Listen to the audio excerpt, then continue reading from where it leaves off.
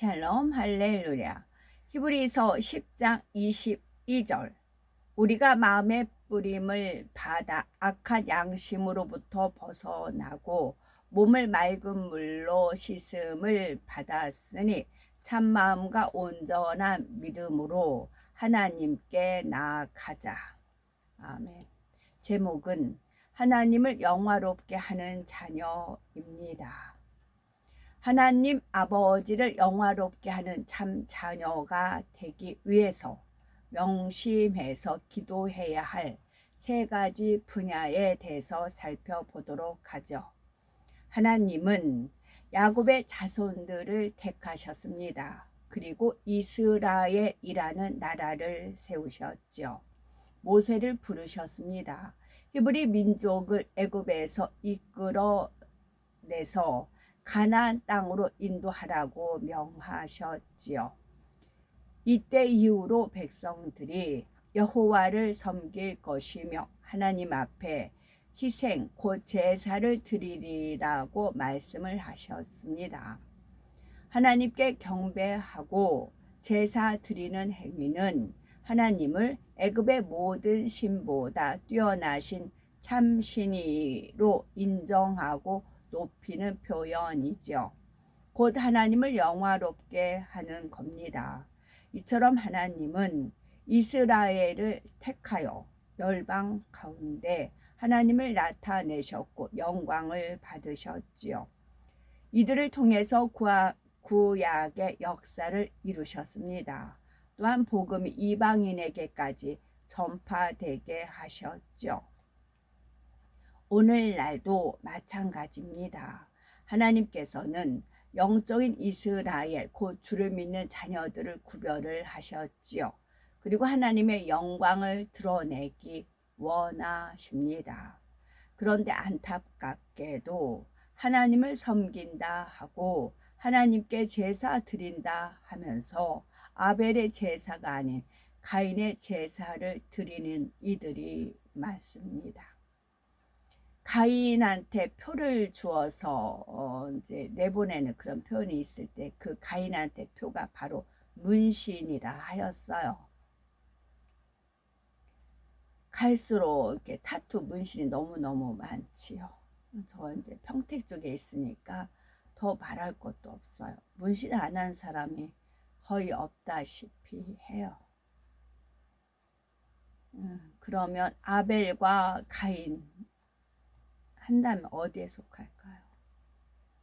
가인이 최초의 문신을 했었어요. 가인의 자녀, 자손이다라는 것을 드러내는 것이지요.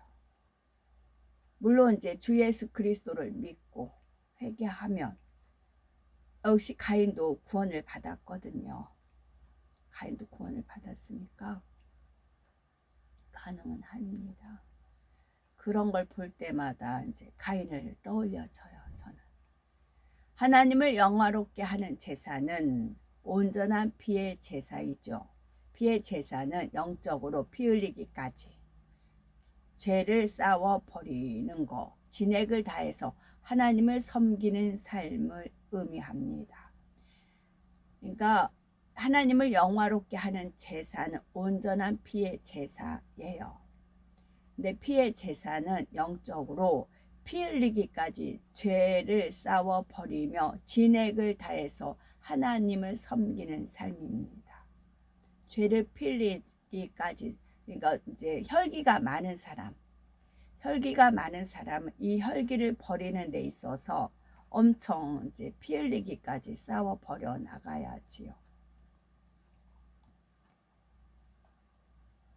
피의 제사 중에서도 가장 온전한 제사는 참마음과 온전한 믿음을 이룬 자녀들이 하나님 앞에 올리는 삶 자체입니다.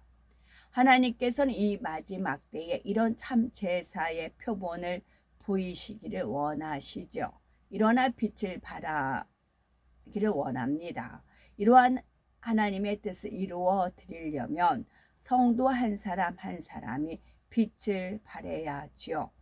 불순물을 빼난 순금처럼 정교하고 세공한 보석처럼 밝게 빛나야 빛을 발할 수가 있습니다. 불순물을 빼난 순금처럼 정교하게 세공한 보석처럼 밝게 빛나야 빛을 발할 수가 있는 겁니다. 그렇다면 어떻게 해야 신속하게 하나님을 영화롭게 하는 자녀로 나올 수가 있는 걸까요? 첫째는 하나님을 영화롭게 하는 자녀는 참 마음과 온전한 믿음을 이룬 자녀임을 기억해야 합니다. 참 마음이라는 말은 그대로 거짓이 없는 진실한 마음이죠. 어떤 악도 없는 깨끗한 마음인 겁니다. 불순물을 빼난 순금은 세월이 흐르거나 모양이 바뀌어도 본래 성질이 변하지 않습니다. 마찬가지로 참마음을 가진 자녀는 환경이나 조건이 변한다 해도 그 마음이 변치가 않는 겁니다. 한결같은 마음으로 하나님을 사랑하지요. 또 빛 가운데 거합니다. 선을 행합니다. 다음으로 온전한 믿음이란 장성한 그리스도 분량에 이르는 믿음이죠. 단순히 큰 믿음이나 어느 정도 성숙한 믿음을 가리키는 것이 아닙니다. 0.0001%의 의심도 없이 하나님을 믿는 순전한 믿음을 뜻하죠. 하나님께서 연단을 허락을 하셔서 마음 깊은 곳까지 조명하실 때 과연 나는 어떤 고백을 하십니까? 참마음과 온전한 믿음을 가졌다 자부할 수가 있겠는지요? 하나님께서 죄의 근본까지 드러내는 작업을 감행하셨을 때 그보다 덮어두고 묻어두었던 추한 죄를 자신의 두 눈으로 직시해야만 합니다. 이를 통해서 내 마음에 악이 있고 아버지 하나님에 대한 신뢰가 온전하지 못하다, 결코 하나님의 뜻을 이루는 일꾼이 될 수 없다라는 것을 절절히 느낄 겁니다. 출애굽 당시에 이스라엘 자손도 모세가 인도하는 무리에 있다고 해서 모두가 하나님의 백성이라 할 수는 없었죠. 많은 사람이 하나님을 진노케 했습니다. 약속의 땅 가나안에 들어가지 못하였죠. 여호수아와 갈렙을 제외한 10 정탐꾼은 각 지파에서 선택된 사람들이었죠. 그럼에도 불구하고 가나안 땅에 들어가지 못했습니다. 영적인 믿음을 갖지 못했기 때문이죠. 가나안에 들어가는 과정 중에 이런 쭉정이 백성들은 알곡으로부터 자동으로 분리되었죠. 시험을 통해서 알곡과 쭉정이를 분리하고 영의 일꾼과 육의 일꾼이 구별이 됩니다. 그러나 하나님께서는 한 영혼도 잃지 않기를 원하시지요. 그때마다 늘 풍성한 긍휼과 자비를 베푸십니다. 크신 섭리를 이루는 매 순간마다 아버지 하나님께서는 마음을 진리로 일군 자녀, 아버지의 마음을 꼭 닮은 자녀가 필요하시죠. 그렇다고 해서 변화가 더딘 영혼을 쉽게 버리거나 속히 변화되는 영혼들만 들어 쓰시는 것이 아닙니다. 좀 더딘 영혼들도 귀한 일꾼으로 나오기를 바라며 기다려 주시지요. 때마다 깨우침과 은혜를 주시고 어떤 마음으로 어떻게 달려가야 하는지 길을 제시해 주십니다. 아버지 하나님은 하나님을 꼭 닮은 자녀가 이제나 나올까 저제나 나올까 기다리고 계시지요. 이처럼 기대에 찬 아버지 하나님의 눈빛을 상상해 보십시오. 참마음과 온전한 믿음을 이루고 싶은 소망이 더욱 간절해질 겁니다. 이 간절함을 품고 불같이 기도하여 반드시 그 소망을 이루어야 되겠습니다. 둘째는 어떤 연단이든지 기쁨과 감사로 받아야 됩니다. 이겨내는 이들마다 참마음과 온전한 믿음을 이룰 수 있음을 기억하셔야죠.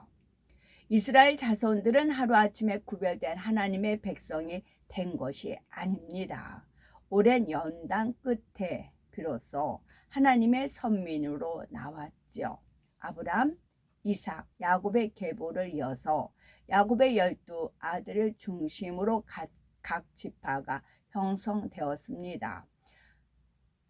각 지파가 형성되기까지만 해도 우여곡절이 많았지요. 구 이스라엘 자손들은 애굽에서 종살이했고 모세의 인도로 애굽을 탈출한 후에는 광야에서 오랜 세월 연단을 받았습니다. 믿음의 주역이나 일꾼들은 더 혹독한 고난의 길을 걸어야만 하였죠. 이 과정에서 중도에 탈락한 자들도 많았습니다. 출애굽 여정 중에 모세를 대적한 고라 일당이 있었죠. 또한 우상에게 경배하고 행음하여 죽은 무리가 있었고요. 가나안 땅을 눈앞에 두고도 믿음을 내보이지 못해서 40년간을 광야에서 유리하다 죽어간 열정탐꾼도 있었고, 출애굽 1세대가 바로 그런 이들이었습니다.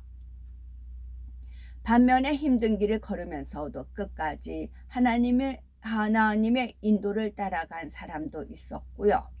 이들은 연단을 잘 받아 결국 하나님의 사람, 하나님의 참 백성이 되었습니다.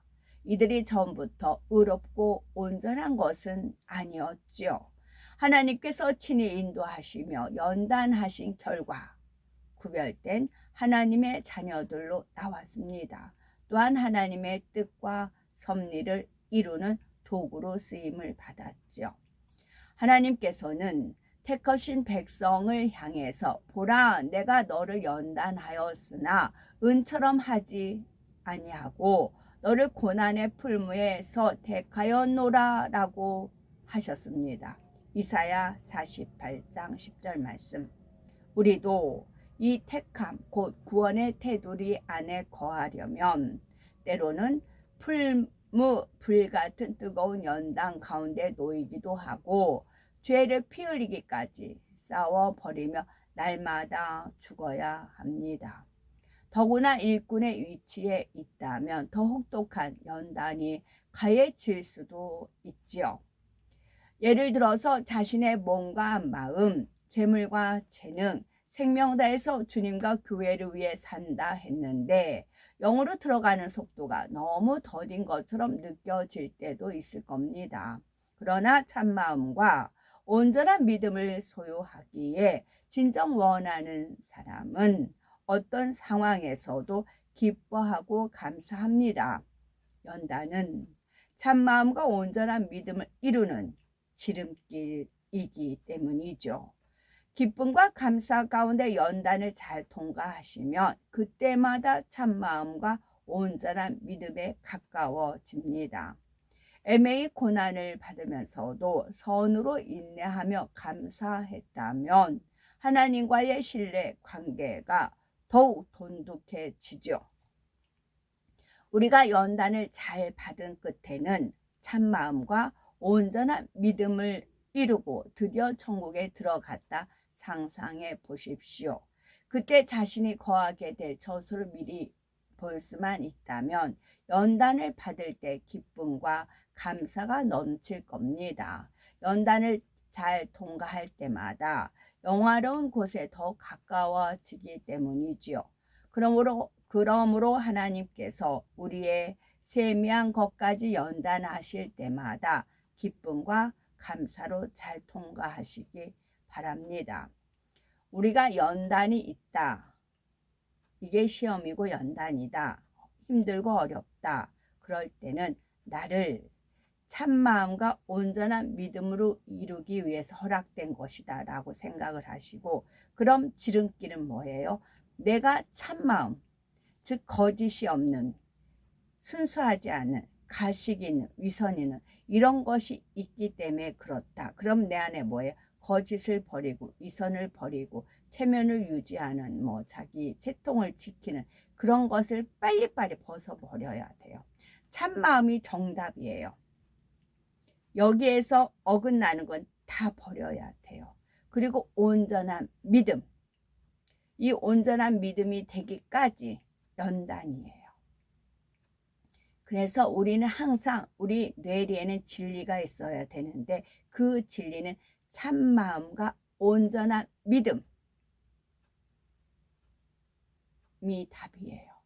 우리가 참마음과 온전한 믿음이 되기를 기다리시고 이렇게 이루어질 때까지 우리가 연단을 받는 겁니다.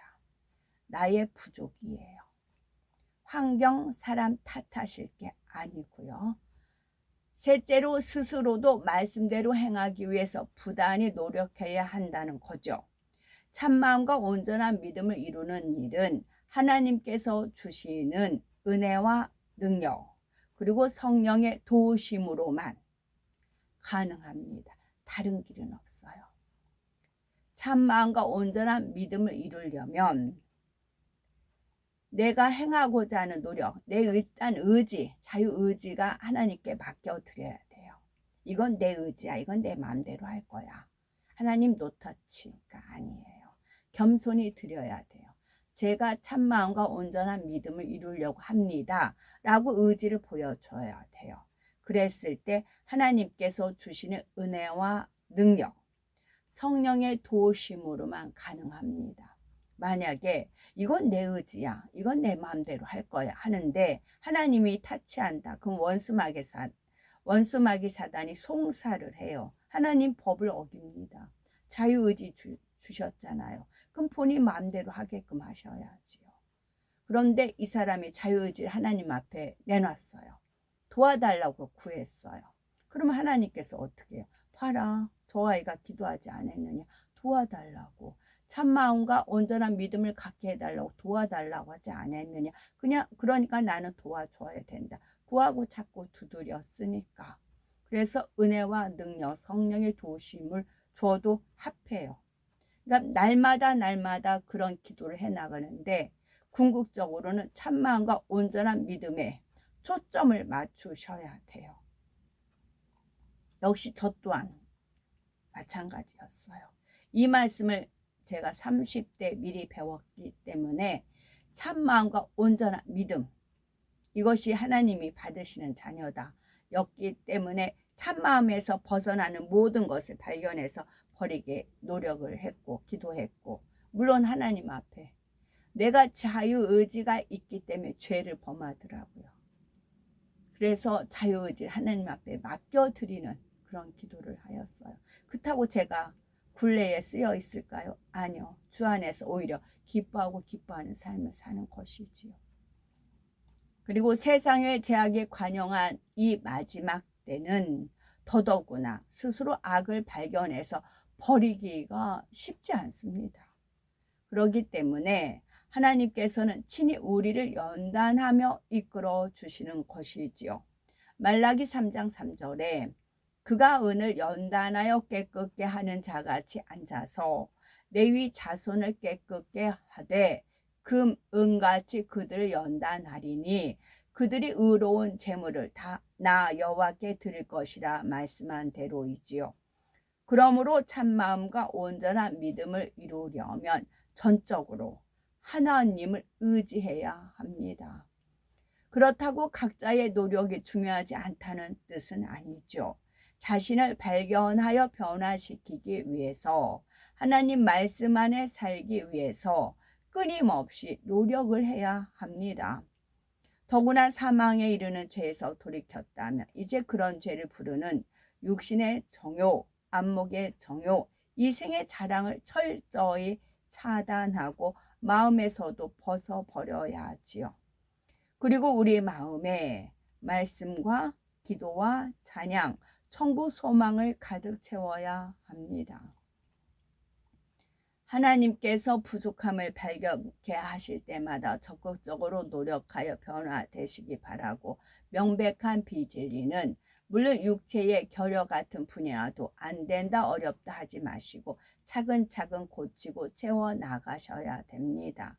지난날의 죄와 허물을 청산한 것으로 결코 마음을 놓지 마십시오. 이제는 참마음과 온전한 믿음을 이루는데 총력을 기울이셔야 됩니다. 하나님께서는 끊임없이 우리를 정결케 해오셨습니다. 친히 하나님께 입술로만 찬양한다 해도 범죄하며 살아가면 하나님을 영화롭게 하는 것이 아니라 오히려 욕되게 하는 것입니다. 예배와 기도를 드리든 사명을 감당하든 무엇을 하든지 마찬가지이지요. 참마음과 온전한 믿음으로 행할 때 하나님을 진정 영화롭게 할 수가 있는 겁니다.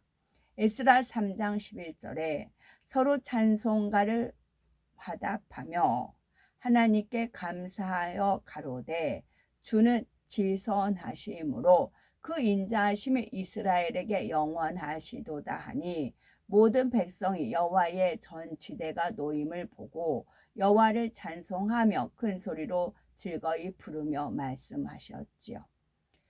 참마음과 온전한 믿음을 이루어 참된 예배와 찬양, 기도, 충성을 드리시고 주님 오시는 그날까지 나아가 세세 무궁화 하나님을 영화롭게 하는 참 자녀가 되시기 바랍니다.